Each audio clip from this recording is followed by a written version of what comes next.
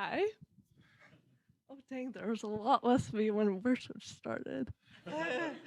Okay, I just wanted to start off by thanking every one of you who helped me go on this amazing trip and every one of you who prayed when we were coming home because that was a journey. But without this trip, I wouldn't have, without both of you, both of the prayer and the support, I wouldn't have been able to go on this. Um, Growing up in the church, I always heard about missionaries. They all generally said the same thing, that God called them to spread the gospel. And as bad as this sounds, I was always bored. I have to admit that I was always bored by what they had to say. And as you know, our church has a lot of missionaries. And they're all doing what God has called them to do. But in my mind, I was like, oh, that's great for them. But I'll stay here in America where it's safe and comfortable. But that changed when I went to Romania. To tell you the truth, I wasn't very excited about this trip. Between my passport mishap and problems with a few people in my class, it wasn't something that I was really looking forward to going to. And honestly, I didn't even think it was something that was going to happen. As the days until the trip approached, my mind was more geared towards the fact that if my passport didn't arrive, then I'd miss the trip and have to go to school the next week. So I was pretty much on the fence about the whole situation. Despite my unsettled thoughts about what it turned out to be, this trip ended up being one of the best experiences of my life. God really opened my eyes to a few things throughout the week. First, he showed me that happiness does not come from materialistic things. You can live with the bare minimum and still have joy. Because the joy only comes from God. He showed me that the issues and inconvenience that of our everyday American dream life are really so insignificant compared to the rest of the world.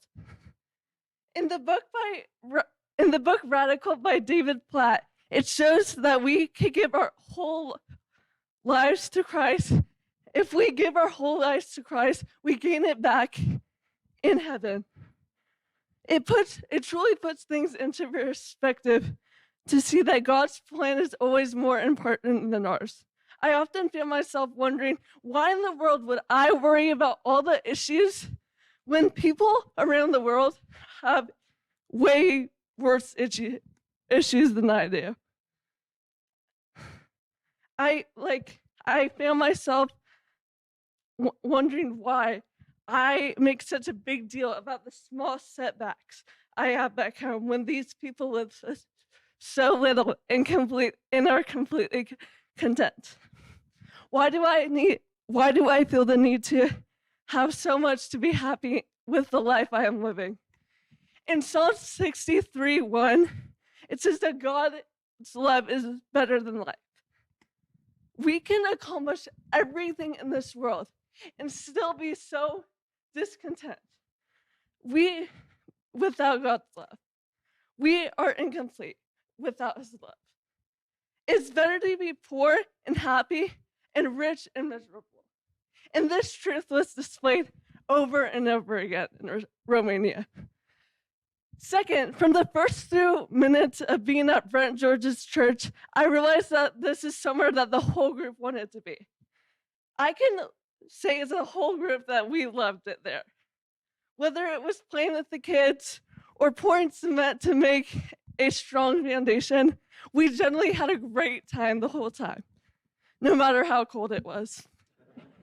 And it snowed, and we were not prepared. The church didn't need to have a fancy tech system or a great big building or the best donuts in the city. The church was the size of probably my home at best, and you would never think it was a church if you were just looking at it from the road. Instead, it had something that most American churches lack today. It had joy. It had an abundance of joy. And all the people seemed to be filled with it. Another thing was our group got the chance to go to a Hungarian church around 30 minutes away from where the main church was. The village that it was in was known to be like violent and like dangerous because before that it had like a lot of crime before the church was built.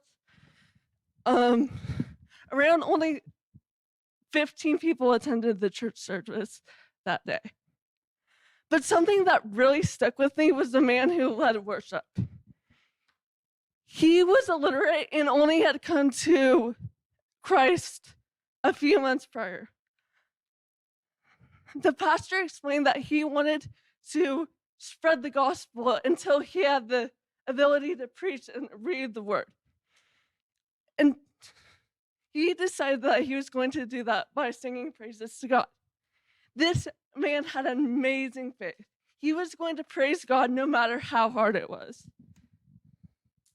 Third, if you had heard anything about my trip from my parents, I am almost 100% certain that the story that was brought up was my dramatic expedition home Saturday morning.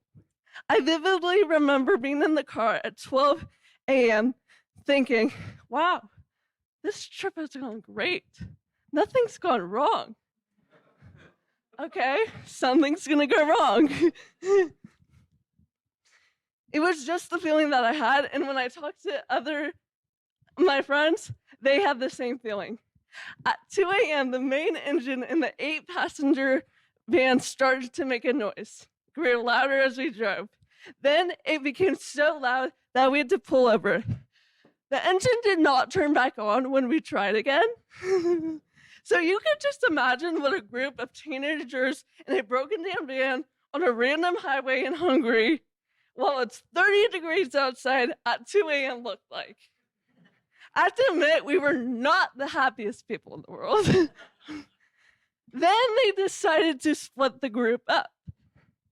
One would go in the other van that was working to make the flight in time to spare, while one would wait in the broken down van. The airport was 2 hours away, and the flight was in less than 4 hours now.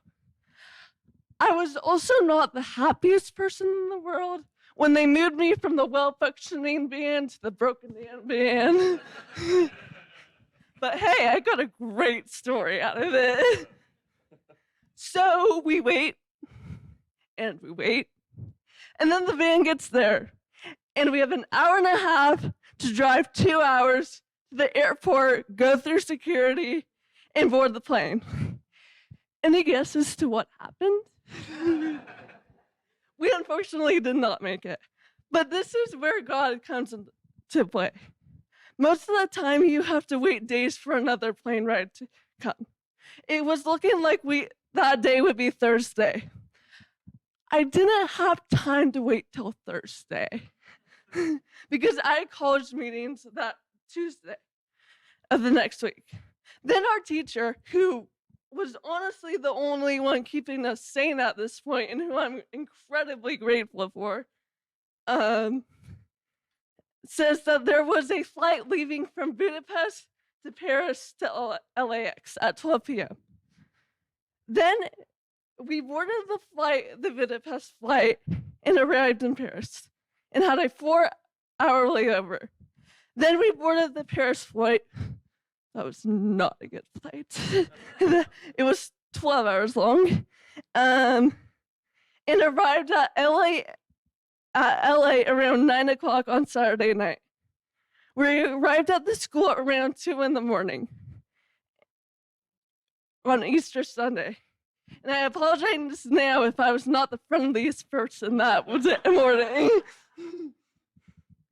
But in this whole situation, the main reason I learned was that God is always in control. He knew every step that we would take and led us through it all. He is in control of the ups and the downs. We just need to put our trust in him. So I want to circle back to the importance of missions. Why do we need to fulfill the Great Commission? Without going on this mission trip, I wouldn't have been able to see what joy looks like in the eyes of those who live a completely different life than you and me. We need people who are willing to dedicate their lives to spreading the gospel. And this joy to the ends of the earth. We need to step out of our comfort zones and be the change in the world instead of waiting for someone else. Thank you.